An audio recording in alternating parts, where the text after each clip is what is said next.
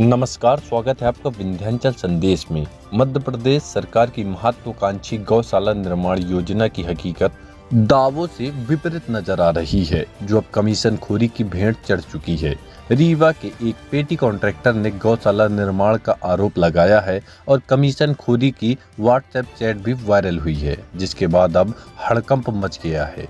पेटी कॉन्ट्रैक्टर पीयूष पांडे ने इस भ्रष्टाचार की शिकायत माननीय न्यायालय में करते हुए मदद की गुहार लगाई है और लंबित भुगतान कराए जाने की मांग की है। इस मामले को लेकर पूर्व मुख्यमंत्री दिग्विजय सिंह और कांग्रेस द्वारा ट्वीट भी किया गया है। रीवा में एक पेटी कॉन्ट्रैक्टर पीयूष पांडे ने प्रदेश सरकार की महत्वाकांक्षी गौशाला निर्माण योजना में कमीशनखोरी का आरोप लगाकर एक बड़ा सवाल खड़ा कर दिया है। गौशाला निर्माण के भुगतान में कमीशनखोरी के लिए किस तरह की सेटिंग होती है, यह काफ़ी चौंकाने वाली है। रीवा के पेटी कॉन्ट्रैक्टर पीयूष पांडे से गौशाला निर्माण के ठेकेदार ने छतरपुर एवं इंदौर में बैठकर कमीशनखोरी का व्हाट्सएप चैटिंग साझा किया था।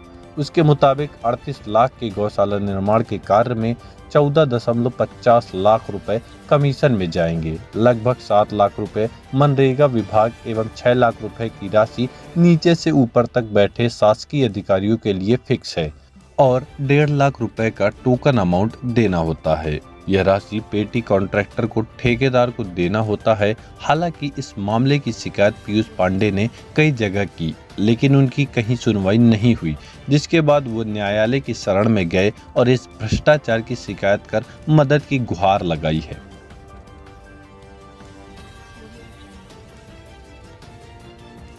जी बताइए और क्या युवा का नहीं हूँ, पेशे से सिविल नहीं हूँ और के गौशाला घोटालकार गौशाला निर्माण था जिले में, जिसका जो मनरेगा योजना के अंतर्गत कराया जाना था ग्रंथों के द्वारा, तो यहाँ पे ऐसा नहीं किया गया। यहाँ पे एक बाहर की टीम को इन्वॉल्व किया यहाँ के अधिकारियों ने, जिसका नाम टॉस वर्ल्ड, और इसके सदस्य जो है छतरपुर इंदौर वगैरह से हैं। और ये टीम ने पूरा एक जाल फैलाया कि इनको सारे करोड़ों के रीवा में काम मिले, जिसमें गौशालाएं भी, और गौशालाओं का इन्होंने पूरा ब्रेक 8 लाख में लगभग 14.5 लाख जो है वो कमीशन ये लोग दे रहे हैं। और हम लोगों को जो है अधिकारियों ने वगैरह कर हमसे काम शुरू करवाया। हमने वहाँ काम किया और हम लोग का रजिस्ट्रेशन के लिए इन लोग ने पेपर वर्क भी हमसे लिया और उसके बाद फिर काम हम लोग कर रहे थे, लेकिन भुगतान जो है वो इस प्राइवेट टीम के जो सदस्य हैं, जैसे आलोक सिंह हो गया या दीनदयाल कुशवाहा, इन लोग को कर दिया जा रहा था। तो काम कोई और कर रहा था, भुगतान किसी और को हो रहा था। तो जब हमने इसकी शिकायत की कि सर ये अन्याय हो रहा है हम लोग के साथ और हम लोग को फंसा लिया गया है, तो उसमें कोई कार्रवाई नहीं। तो हम लोग फिर श्री इलैया राजा टी साहब, माननीय रीवा कलेक्टर उस समय के, और एसपी साहब श्री नवनीत वसीम साहब के पास, और जिला पंचायत सीईओ स्वप्निल वाहन खड़े के पास, और उसके अलावा हम ने पीएमओ में, संसद में, हर जगह ईओडब्ल्यू, लोकायुक्त, हर जगह हमने शिकायत किया, लेकिन अभी तक कोई ऐसा खास ठोस कार्य।